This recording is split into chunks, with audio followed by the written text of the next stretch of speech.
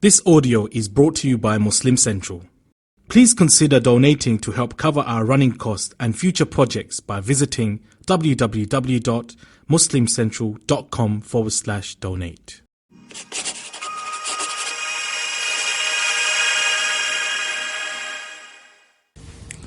Assalamu alaikum, Quran Weekly. This is Hala Banani. I'm going to be talking to you about one of the most important aspects of having a good marriage, and that is self-development. Bismillah, wassalatu wassalamu ala Rasulullah. Inna Allah la yughayyiru ma bi qawmin hatta yughayyiru ma bi anfusihim. Indeed, Allah will not change the condition of the people until they change what is in themselves. Generally, we think of this verse in reference to changing the ummah.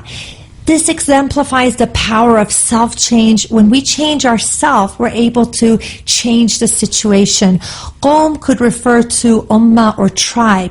We can take lessons from this verse that if changing yourself is so powerful that it can change an ummah, imagine what it can do for your marriage, to change your marriage. Your marriage is not going to change until you spend time on changing yourself, your habit, your attitude. If you're angry, if you're pessimistic, if you have self-esteem issues, it will definitely affect your marriage. Many people put the blame and responsibility of improving the marriage on their spouse. They'll come to me and basically they tell me, fix my wife and our marriage is going to be great. Or they'll come with a list of 10 things that they want me to change in their husband. It's really easy to put the blame on others, but this verse is indicating that we need to start with ourselves. This is a call for reform and self-development, which is primarily why I made the pillar one in my marriage program, self-development. Until we acknowledge our shortcomings, which is anger, insecurity, jealousy, our desires and arrogance, and overcome them, we can't really thrive in our marriage. There is a client that I had who was basically suffering in every relationship. She was angry, she was very arrogant and possessive, and every single relationship had fallen apart. When she came in, she wanted to work on her marriage, so I was only working with her. As we started to work on her personality, as she learned about anger management and she overcame her possessiveness, she started acting more maturely, and she gained all of those important skills and tools in being a better person. Her relationship started to evolve. Her husband started treating her differently. Her kids responded to her differently. So it's really about working on yourself in order to improve your marriage.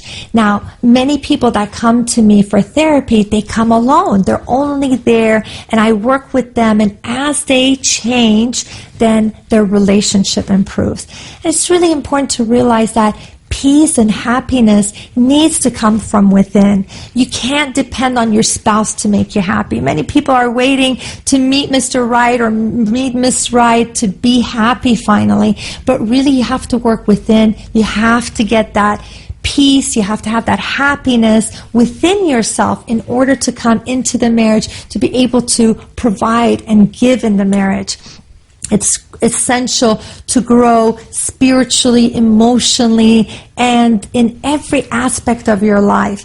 And this self-growth and self-development is so critical. If we don't spend time in changing ourselves, we can't expect the marriage to improve. I had one male client recently that postponed getting engaged because he wanted to overcome his addiction to watching inappropriate material before he got married. And that's admirable, to be able to prioritize working on yourself prior to getting married. It's really important to adjust our intention when we want to make a change. إِنَّمَا الْأَعْمَالُ بِالنِّيَّاتِ, that verily our deeds are by our intentions. So if we make our intention to change in order to please Allah, first and foremost, I want to be a better person. I want to be more devout. I want to be a more giving, more compassionate person. So first we're doing it to please Allah. Then it's about changing to improve on a personal level. I want to be a better person. I want to be someone that I myself can be proud of. And then you do it with the intention of improving your marriage. Many times when people go in with the wrong intention, or they're going in with just the intention of pleasing other people, if their change is not acknowledged, if no one is appreciating that, then they're going to get discouraged and they're going to stop. But when you go in with the intention of wanting to please Allah and wanting to be a better person, so regardless of whether anyone appreciates you or anyone acknowledges you, you're still committed to making that long-lasting change. In doing therapy for the past 20 years, I've noticed that there are certain characteristics that need to be improved in the sisters, and some characteristics that could be improved in men in order to improve the relationship. So self-improvement for women, I would summarize it in 3 different areas. One is emotional stability. That is having control over your emotions, not being a drama queen, not overreacting, not crying and yelling excessively, because these are the things that the brothers complain about the most about their wives. They feel that they're walking on eggshells. They feel that they're dealing with someone who's a ticking time bomb. They don't know what's going to set her off. And so this creates a lot of insecurity and a lot of lack of trust in the relationship, where the husband will not know what's going to set his wife off. So having that emotional stability of being in control of yourself is really critical. The second thing is being secure. I have seen that insecurity is really the main problem that women face in all relationships, whether it's their marriage, whether it's with their in-laws, with their friends. There's a sense of feeling either intimidated or feeling insecure about others, feeling threatened by especially other females. So if we work on building our self-esteem, if we work on feeling really good about ourselves, then we're not going to be so affected by the other females in our relationship. And that will definitely improve our marriage, improve our friendships, and improve the relationship with our in-laws. The third thing is growing intellectually. Many of the sisters are, mashallah, very well educated, very intellectual. Now what happens is that once they get married, they choose to stay at home, take care of the kids and the home, which is completely admirable and so respected, mashallah. But what happens is that they stop putting time and attention in their intellectual development. So what's happening is that the brothers are going to work, they're excelling, they're learning, they are advancing, while the sisters may not be doing the same. They may be at a standstill, and they are dedicating their time, they're sacrificing for the family, they are providing, they're doing so much, mashallah, but they may not be spending as much time on the intellectual development. And I think that it's really important to continue that self-growth, to be reading on a daily basis, to be exposed to the news, the world events, and continuously grow and improve. That way, you do not grow apart from your spouse. I had a client that came in, and what happened was that her husband was a physician, mashallah, very intellectual, making so many advancements in his careers. And since she was staying at home, and she was also very intelligent, very educated, but she had become so consumed with taking care of the kids in the home, where they started growing apart. They were no longer as stimulated when they were having their conversations. And I think that that's critical to continuously work on gaining that intellectual stimulation. Now, self-improvement in men could be summarized in 3 different areas. One is self-control, not being verbally, emotionally, or physically abusive. This is a big one, and this is where a lot of sisters complain about their husbands, that, he has a temper, he just loses it, he yells and screams and says hurtful things to me. And sometimes, unfortunately, some brothers will get so upset that they may act physically towards their wife. I had one client who, they were newlyweds, and they were just having a discussion about the in-laws. She was very frustrated from her in-laws, and she consistently complained to him, and he kept telling her, stop saying that, I can't hear you say that. And she kept at it, and finally he got so angry that he ended up slapping her, and he felt devastated. He was like, I never thought I would hit my wife. He was crying in the session. That is like, this is so unlike me. This is very uncharacteristic of me, but she just wouldn't stop.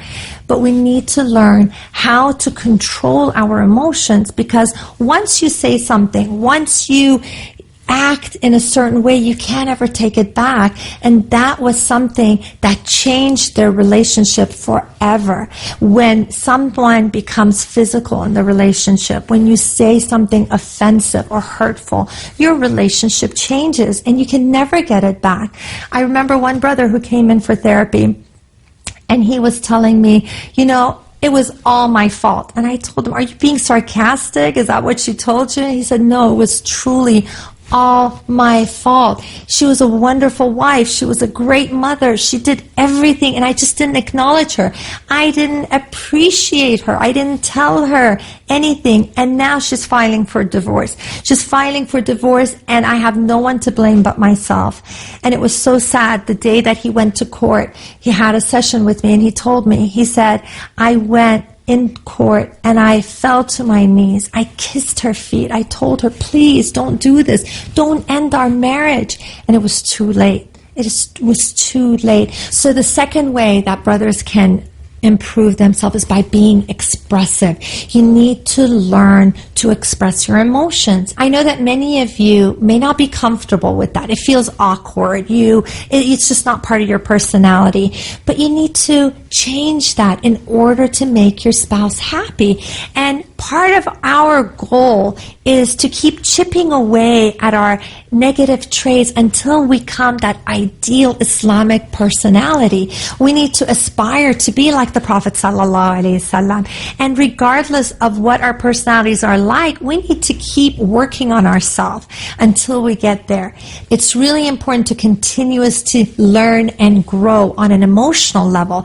Take some courses on marriage. Take some self-development books on how you can understand yourself better. Maybe do some parenting courses together where you can be on the same page. And I know that many of you are so caught up with work and providing for the family, you don't have as much time. So maybe you can decide to have a book that you're reading together with your spouse, maybe an audio book, put it on fast speed, listen to it together and discuss it in order to continuously be on the same page and grow both spiritually and emotionally. The last thing that I would recommend is that you become appealing for your spouse. So you've worked on yourself, you have changed certain aspects of your personality, and then it's about finding out what your spouse likes, because each person has their own likes and dislikes. So find out what it is, how your spouse likes you to dress, what is it that they enjoy, and what is it that you can do to make them feel loved.